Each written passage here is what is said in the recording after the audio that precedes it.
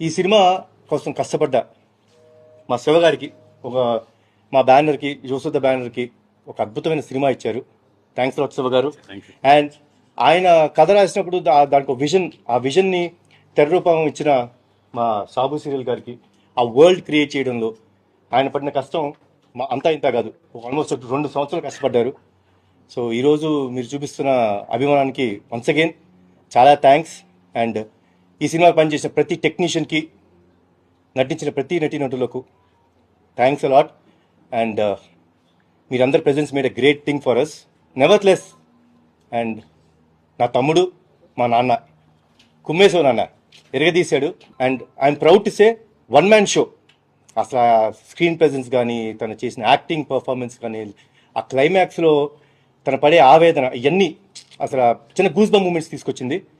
So thanks a lot నాన్న, you have rocked it.